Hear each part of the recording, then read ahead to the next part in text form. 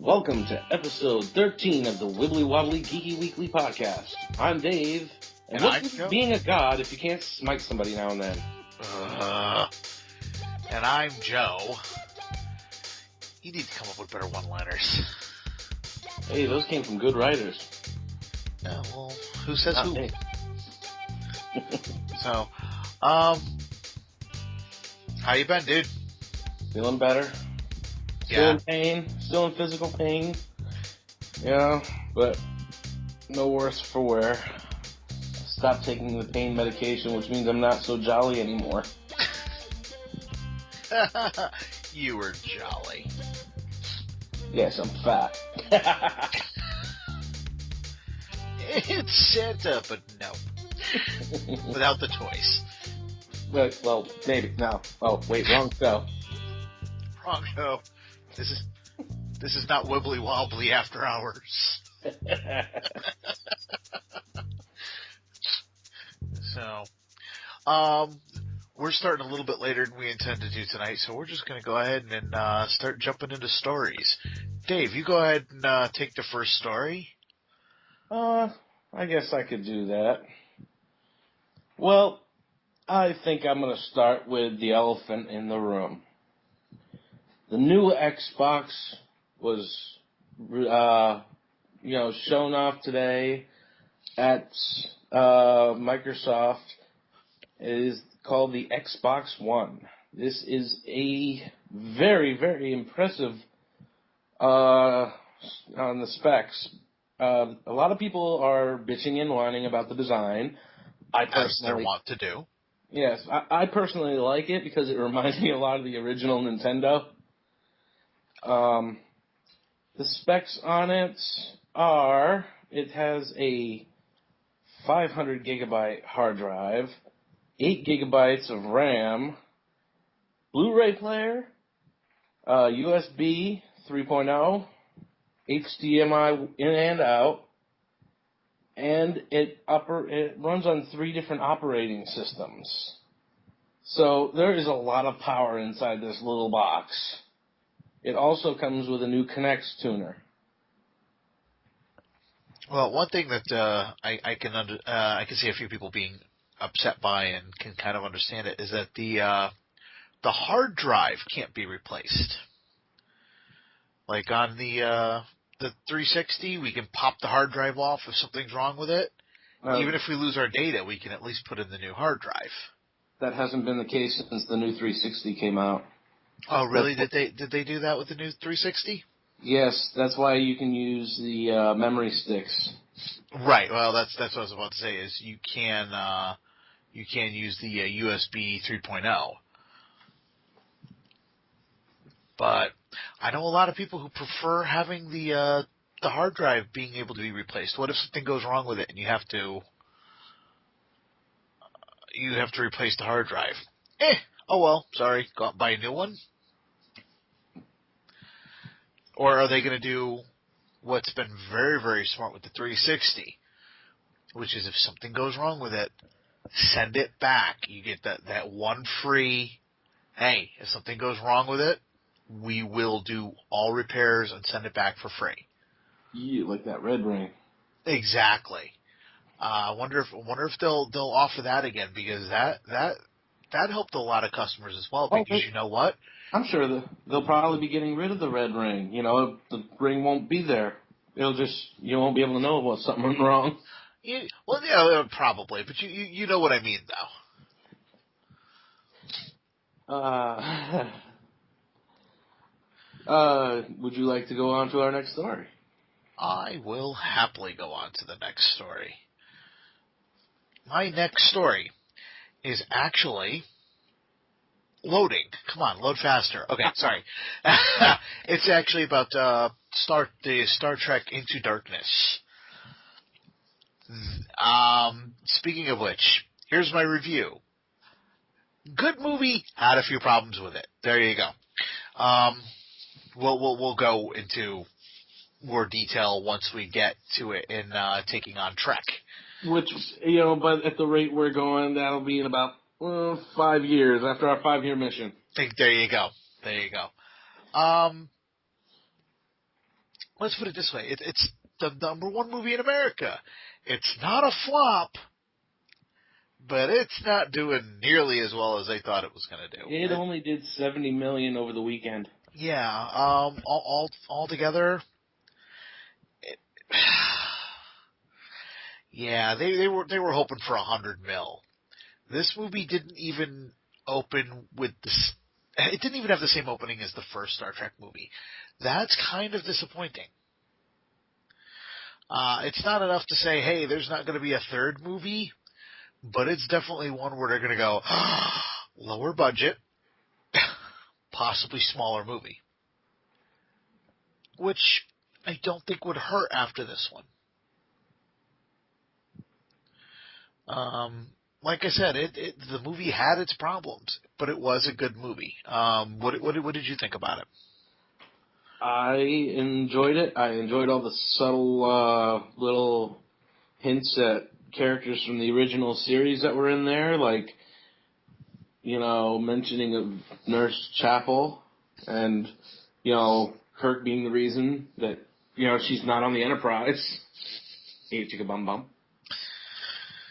And we'll leave off why, although I'm pretty sure you can figure it out. And there's one other thing that's kind of linked to the Star Trek. People are whining and crying that we saw Carol Marcus in her undies, her rump. Really? Wait, I got news for you. We saw her in her undies in the first movie. We saw Orion in her undies. Oh, hey, we saw Kirk in his undies. We saw Kirk in the middle of a threesome. Really? That one person is the one you're really going to get upset about? This is what I'm going to say. Get over it. It was a gag. Would you like to take the next story? Thank you, sir. You're welcome. Well, along with Xbox's big reveal today of their new system, they also put out a nice, little announcement that Steven Spielberg will be, I'm not sure if, he'll be producing, rather, a new live-action Halo TV series. Yes.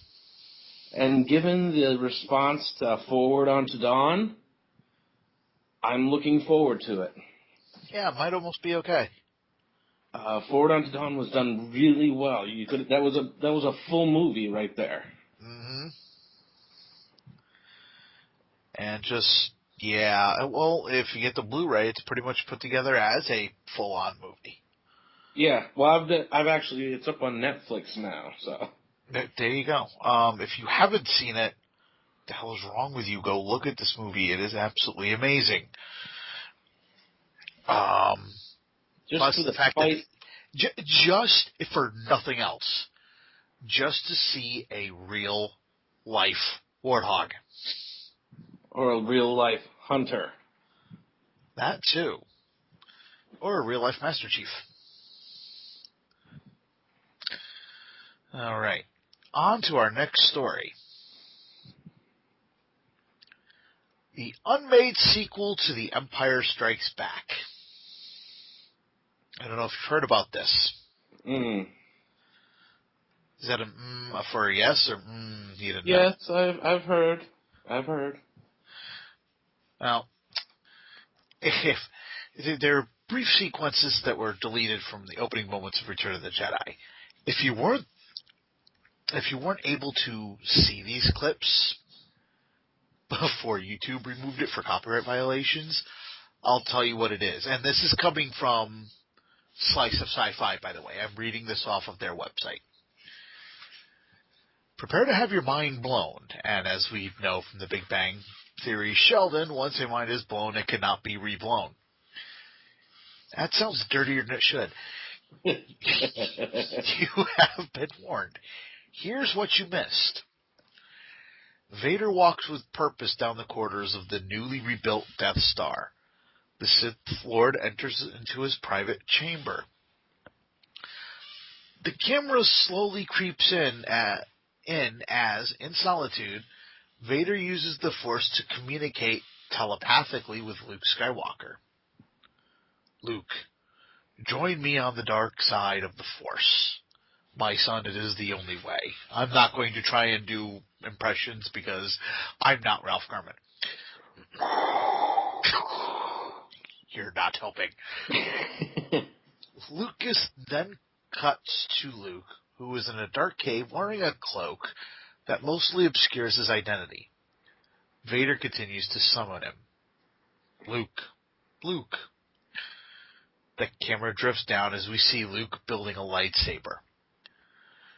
He turns on the weapon, and we are introduced to a Luke Skywalker that we haven't met before. This Luke is determined, wise, and accomplished. This Luke means business, and he's finally a Jedi. It only took a few months. Yeah. A wide shot reveals that C-3PO is waiting for Luke just outside the cave. In a few moments, the two will trek to Jabba's palace in an effort to save their friend, who's been captured by the vile and gold bikini-loving Jabba the Hutt. The scene was shared with those in attendance at the Star Wars celebration out in Orange County, Florida. I would have loved to have seen this, but at the same time, I have seen the clip of him working on the lightsaber before. The rest of it, I haven't seen. Now, what would you think if that had been left in there? Would that have maybe changed a little of the dynamic of the movie, or what do you think? Not really, I don't think, because it ended with Ewoks beating the Empire. It wouldn't have changed much. I think that what they were planning on doing was possibly not using the Ewoks in it. I think they were originally going to keep it set on Kashyyyk and basically find a tribe of Wookiees that weren't technologically advanced like Chewie. Basically, like, if you go into Africa or in other places of the world, you'll still find tribes where there's no technology. Kind of that type of situation. You've got Kashyyyk where you've got all this technology and the Wookiees are running around and they've got their bowcasters and their ships and everything. And then you find this little village of Wookiees that don't have the tech.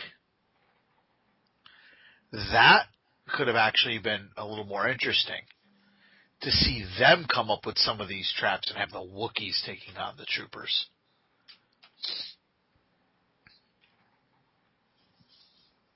Now, what do you think about that?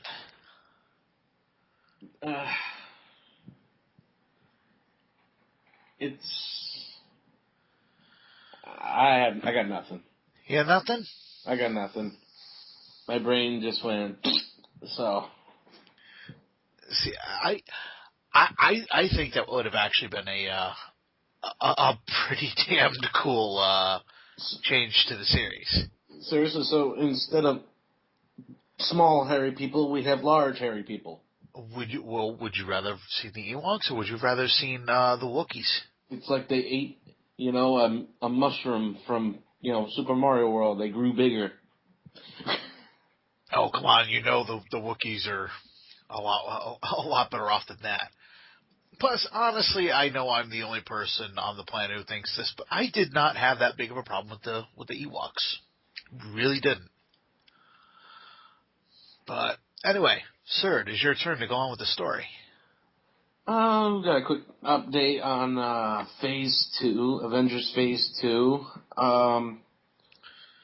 There's a lot of speculation on how they're going to introduce two characters. It's been suggested, because a brother-sister duo, our team, would be part of Avengers 2. What two Avengers are brother and sister? You got Scarlet Witch and Quicksilver. Now, that being said, they can't really use, or say that they're mutants, I don't think, because of stuff going on with or Fox Studios.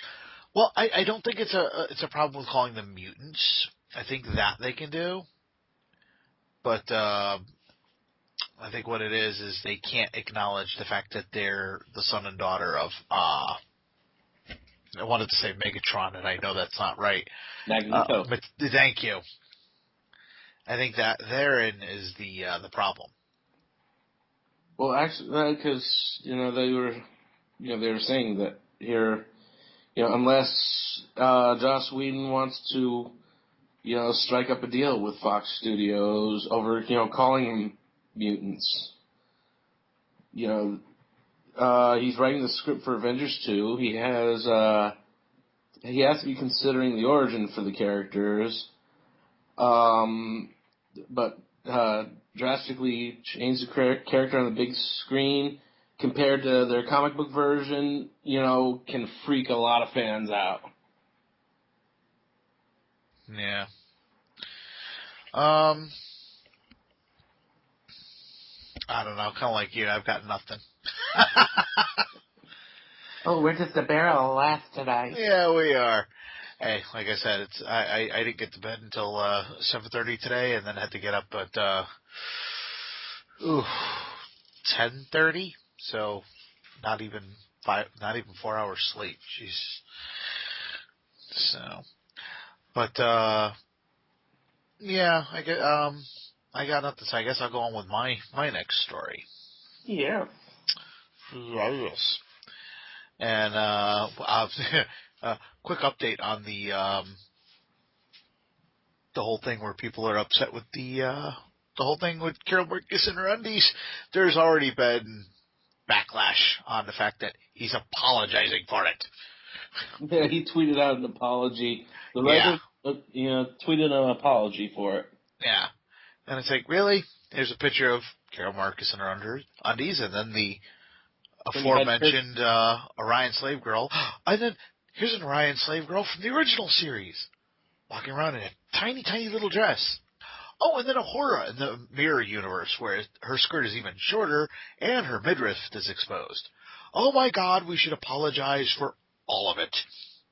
Oh, and then you had Kurt getting his butt tickled by his butthole tickled by those two cat ladies. Yep, there you go.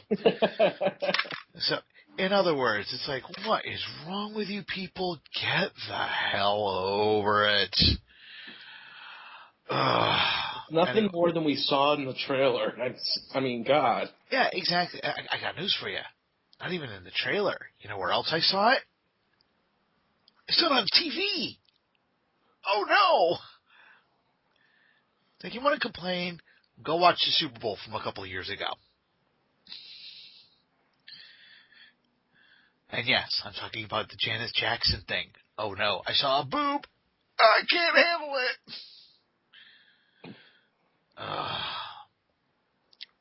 Anyway, my next story is which classic characters are set to be destroyed, appear in Transformers 4. This is coming from Joe Blow on comicbookmovies.com.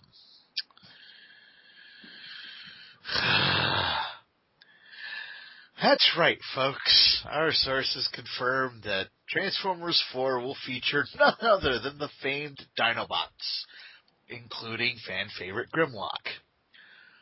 No word on whether he'll retain his Neanderthal voice, which would be cool, but one can only hope that he does, as that's a true staple of the character.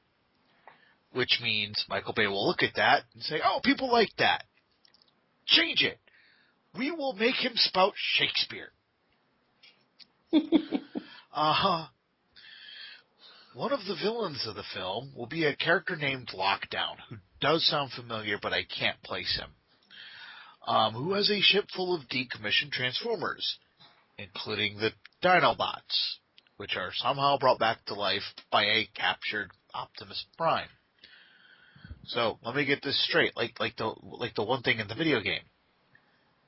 Robotic dinosaurs.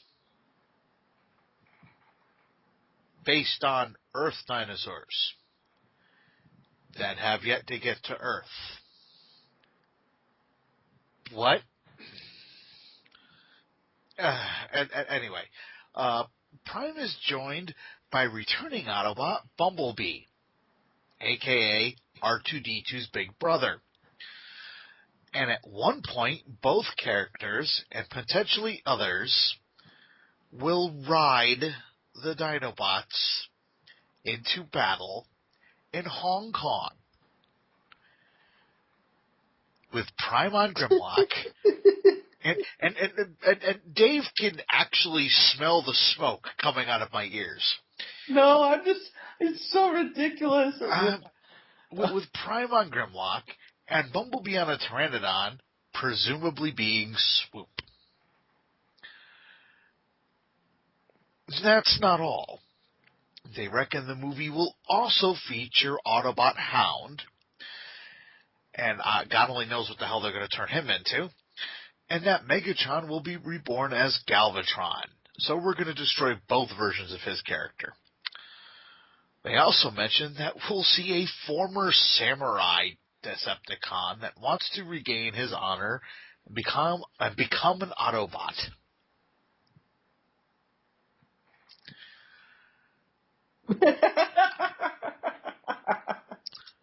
It just sounds so ridiculous. It reminds me of the actual series. I'm trying so hard not to just turn into Yosemite Sam and start screaming expletives. I mean, God, you've seen Carnage in D minor. The only way I would like this idea is if, while Prime is riding Grimlock, he screams, "Yeehaw!" They run over to the TMNT set and step on Megan Fox. Okay, that could work. That might almost get me to possibly think about considering someday maybe being wasted enough to watch the film. As of right now, I have about as little interest in this as I had in 2 and 3. And when they said that 3 was the last one, I was stupidly optimistic and believed him. I don't know how much wider they want my gaping asshole because they continuously rape it. And it hurts. You can stop now, Bay. Well, start using lube. My childhood is screaming in pain. You can please stop. I don't know. No, and it's like you said, it reminds you of something that would have happened in the cartoon. Even in the cartoon, if Prime had tried to jump on Grimlock, which sounds really dirty, he freaking grabbed Prime by the leg, swung him off, blew fire in his face, and jumped up and down on him, screaming, "What the fuck is wrong with you?" In other words, no, there is not an Autobot that is going to ride a Decepticon, with the exception of maybe Wheelie, but we try to pretend that he didn't exist in either version of it. It's pretty sad when I've gotten to the point where the Transformers, quote unquote, is making the Transmorphers movies look good. The rip-off movies from the Asylum are looking better than the Transformers films. Oh God, you just reminded me of something that I posted on our Facebook page. Atlantic Rim. The Asylum film answer to Pacific Rim. Oh yeah. Dave, and it looks really good though. But as somebody said, it sounds like Michael Bay has got his franchises mixed up. And there's a promotional picture of the old Dino Riders toys, which I don't know. Did you ever see those things? I did not. Those things were awesome. It's about two groups of spacefaring aliens that crashed, Some of them are good, some of them are evil, and they literally work together with dinosaurs, and they're able to implant weapons and missiles, and they ride around. It's actually really cool. Which means Michael Bay will find a way to screw that up too someday. But what I was say is, if you can get to slice of sci-fi, a comic book movie rather, I want you to scroll down the comments, and there is somebody named Joe Mama 29 who has a series of gifts that pretty much say everything you need to know.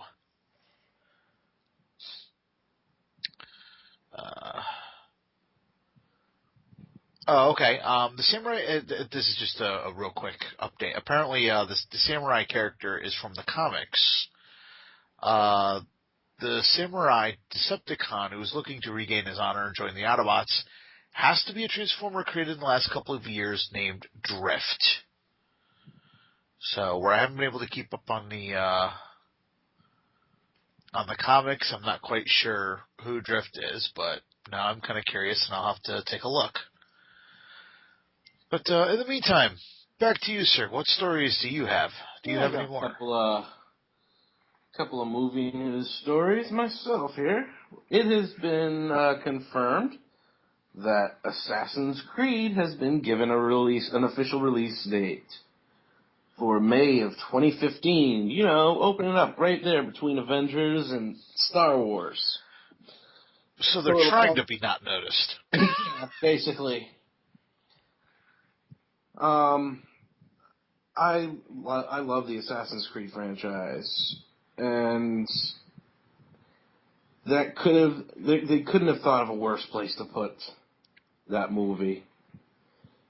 You know, Avengers is riding high right now after last year, and Star Wars, you know, with a new, the whole new thing, might even,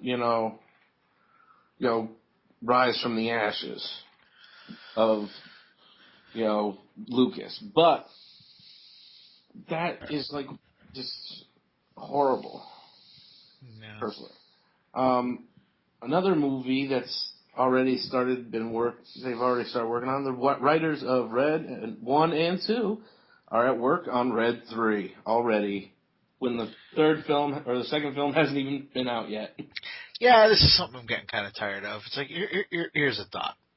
Slow down and make sure that the movie that you currently have out is actually going to be watched. Yeah. I mean, I love watching old people kick young people's asses, but...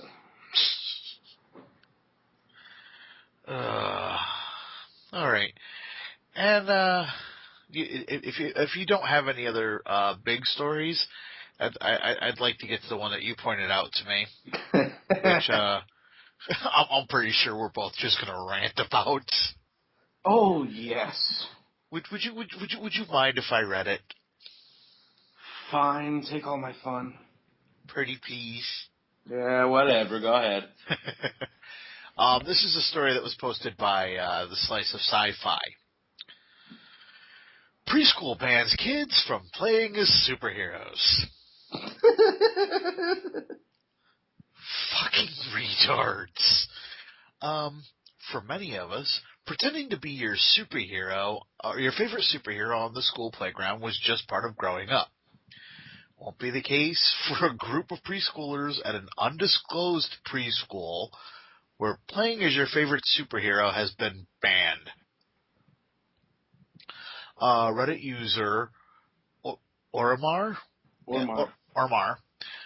posted a May 17th letter brought home by his son that states, it says, "Parents, we need your help. Recently it has been brought to our attention that the imaginations of our preschool children are becoming dangerously overactive, causing injuries within our pre-K community. In other words, they're playing like children. Dun, dun, dun. Although we encourage creative thinking and imaginary play, we do not promote our children hurting one another. Wrestling, superhero play, and monster games will not be permitted here at... In addition, please monitor the different media that your children may view. The reenactment of television shows/movies are being done during activity play time in school. The safety and well-being of your child is our first and foremost concern. Thank you for your cooperation. What the fuck is wrong with these people? I think it's sad that they targeted the Justice League reference on the flyer. Yeah, it is a circle with a slash through it, and let's see, we've got Hawk Girl, who else we Superman, got? Black Vulcan, Green Lantern, Wonder Woman, Superman and Batman, Red Tornado, Black Canary. Yes, because if you're going to emulate someone and it's Superman, how dare you emulate Superman? What is wrong with you? Have you lost your mind? I mean, it goes back to, when people were younger, or I mean, back when my parents were kids, they went on the playgrounds playing cowboys and Indians, and they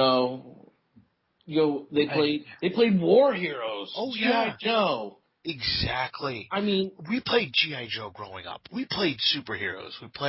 Me and my brother used to have pretend monster battles. He would be whatever Saturday morning monster we saw that week. If it was Godzilla, he would be Gamera. Granted, I know it's a different studio, but just go with it. I used to play Godzilla and Godzilla monsters with a friend at school all the time. Exactly. And you know what? Nobody got hurt. If they did, you know why? Because kids get bloody hurt. It fucking happens. It's part of growing up. I used to have fun throwing people down the slide, and then they come up and they throw me down the slide. Yeah, exactly.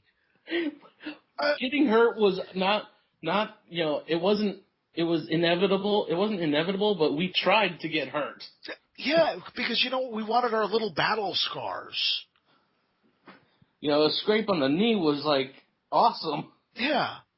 And I mean, I'm sorry, the next note that's going to come out next week is we will make sure that your children have all of their special helmet, knee pads, and elbow pads so that when they sit at their desk and they might lean slightly, if they lean and they fall, they don't hurt themselves. I mean, there's being aware and making sure that children know the difference between imaginary play and what they watch on television, and treating children as if they are extremely stupid. I want to know is... Here they're treating children as if they are extremely stupid and don't know the difference. What I want to know is, when did it become bad to have an overactive imagination? If it wasn't for people who had overactive imaginations when they were younger, things we wouldn't have science fiction to begin with. If I didn't have we wouldn't have monster movies. We wouldn't have the technology that we have right now, where I am sitting in Brookfield. My co-host is sitting in Wallingford. He is on a touchpad screen, and I'm using a computer to talk to each other. This shit would not exist without people with an overactive imagination first coming up with the idea years ago. Hell, if I didn't have an overactive imagination, I would have gone crazy years ago. Would have been gone. Or would have. Good point. But, no, this is, hopefully these parents have said, well, what is wrong with you? What did you play when you were a child? Did you just go home and sit and read a Bible? Do not do unto others what I do not want unto me. So, I will just sit there and not do anything. Can I have my helmet now? No. You know what you did? You went out, you played in the woods.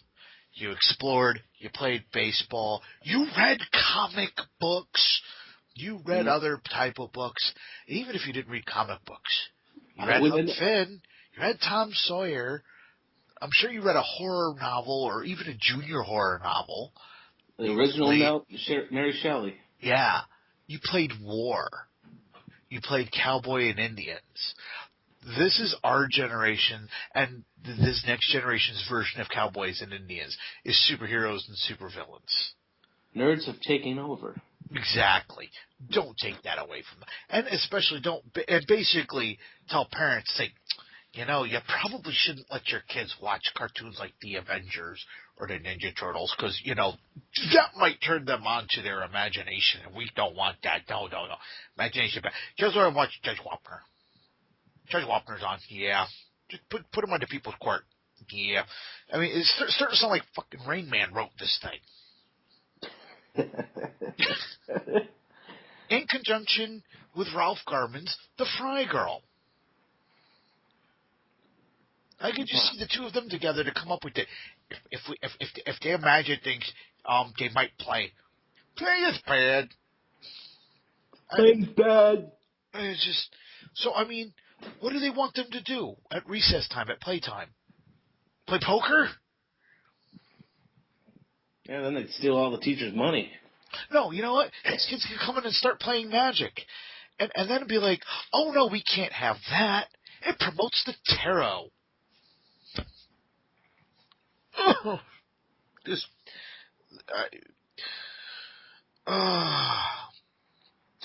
the only way that this works is if the Transformers come in riding on the dinobots and squash the teachers. You're not gonna let that go. Fuck no, I'm not. Any more than I'm gonna let this go, because this is just as ridiculous as that. There you go, Michael Bay. This is your next movie. How to not use your imagination. Well, no, he already does that.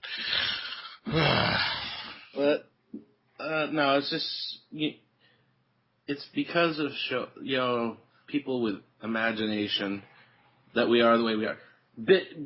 Awesome example. Best example ever is Star Trek. Yes. Gene Roddenberry. If it wasn't for the stuff we had in Star Trek, people would not have a cell phone. We wouldn't have the touch pads like we do. Well, I'll tell you, if it wasn't for his imagination, he wouldn't have gotten his first script read. Do you know how he got his first script even looked at? He was a motorcycle cop in real life. He found out where, I believe it was an executive for one of the TV stations, and I don't remember who his name was. But he kept watching this restaurant, and he realized he went there just about every day for lunch. Oh, so he stalked him. Pretty much. So what he did is, he brought his script to work with him one day and kept it in his bike. And did his, he went around and did his thing, and then when it was about time for the guy to show up for lunch, he went over and waited for the guy to show up, waited for him to sit at the table, and then with all his policeman's authority, walked right in the door, walked right up to him and said, "Are you so-and-so?" Roddenberry at this point, I've seen pictures of this man as a cop. He was a very intimidating dude. And the producer said, "Yeah? Hey, do me a favor. This is a script. I want you to read it." And turned around and left. That not only takes balls, that takes imagination to do that. Now, I can understand if these children are out there trying to reenact a scene from The Dark Knight Returns with one of the kids trying to snap another kid's back. These are preschool kids, though, folks. You may want to break that up. Or you hear somebody scream, "He's doing a rock bottom." Look into that. But otherwise, as Dave just said, they're preschoolers. They're playing. Okay? Let them be kids. That's why teachers are there. They're supervising. You make sure the children don't get in too much hurt. Teachers nowadays are more worried about getting sued more than anything. Right, and I to the defense of the teachers, I understand them not wanting to get in trouble either. I get that. But again, you want to make sure that a child's imagination is stimulated. You don't want to keep them from being able to play and imagine things. And we're making children grow up faster and faster in this culture. We're dumbing things down for them. We're keeping them so isolated that they don't know what's going on. We're keeping them away from things that are meant for children. It's either that or the things that are aimed at children are so soft and squishy and can't hurt them in any way, shape, or form that it's insulting to their intelligence. Hell, it was no more than 10, 15 years ago, comic books were only for kids. I mean, and then when, Well, you had, back in 1985 and 86 and 87, is when you started to have that turn and have adults start looking at comics differently and go, hey, they're not just kid stuff, because that's when The Dark Knight Returns came out. Good book. Crisis on Infinite Earths came out. And, yeah, kids could still read these things, but some of the adults started going, hey, not all these stories are stupid and dumbed down. Now you got to kind of go in the reverse with the comics, where they kind of went a little too adult-oriented. We have to start backing off and start making stuff for children again. No, there's no problem with making stuff, for, kids. But don't make it out for kids. Kids are not stupid. Don't patronize them with cheesy, crappy storylines and nothing but fart gags on TV shows. Let's go. Sorry. I mean, give them some friggin' credit. Kids are smart. You know what? Smart. I'm bagging on Teen Titans Go. You know what?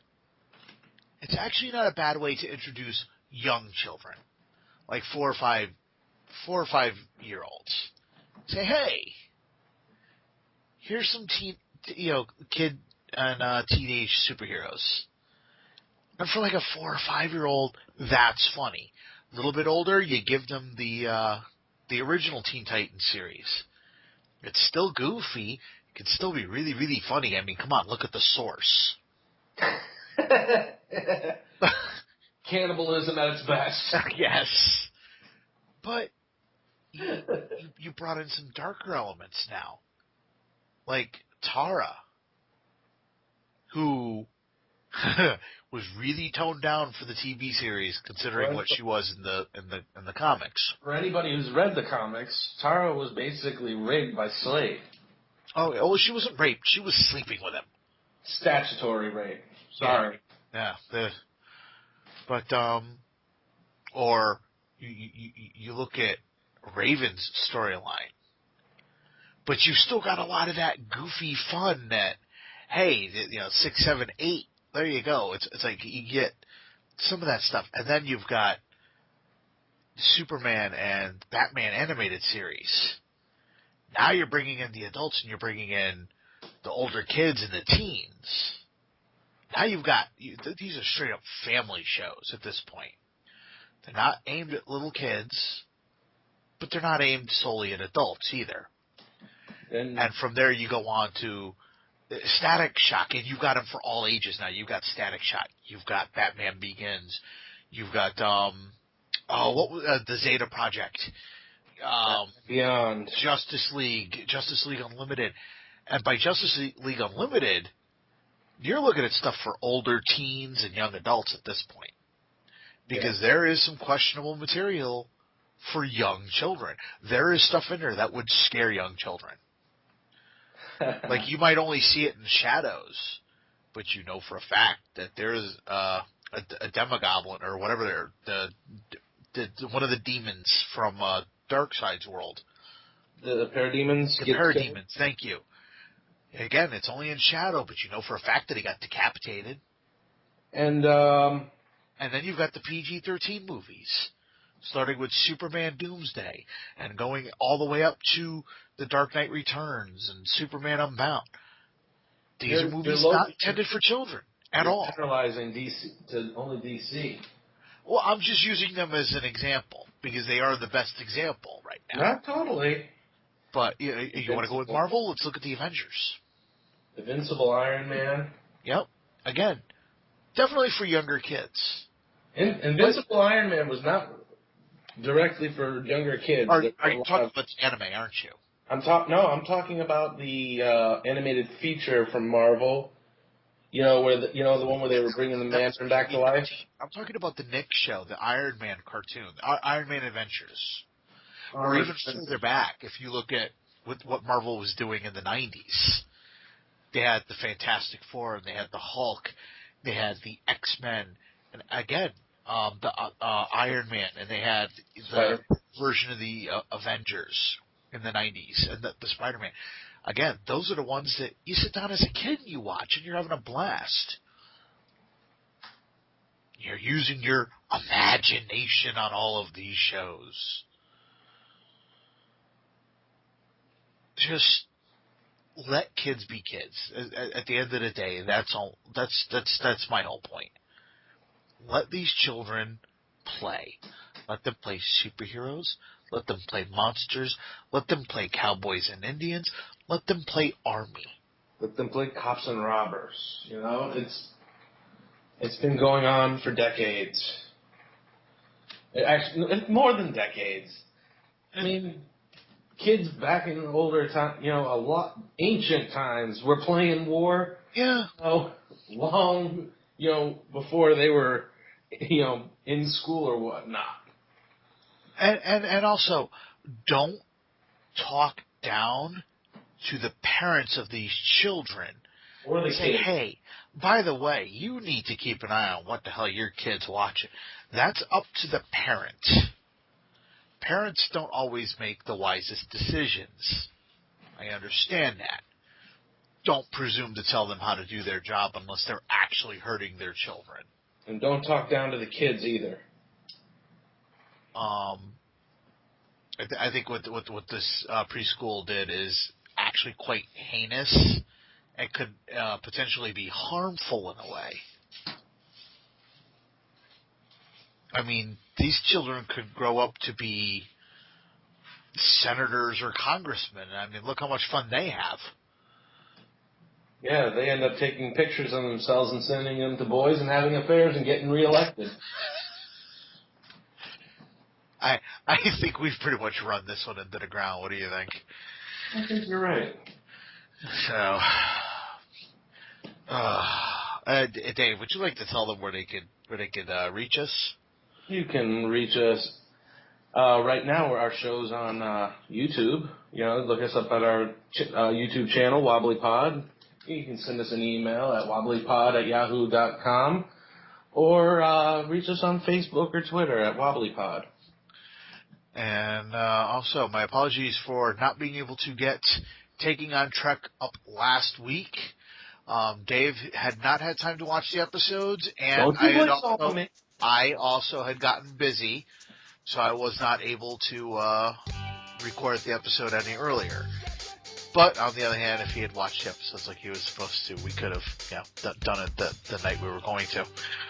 But anyway, he's going to slap me the next time he sees me now. But Taking on Trek will be up and out on its correct day of Thursday afternoon, for we will be recording it tomorrow. On that note, everybody out there, have a good night. Dave, have a good night. You too. And we will see you next time on Wibbly-Wobbly-Geeky-Weekly. Take care. Bye-bye now.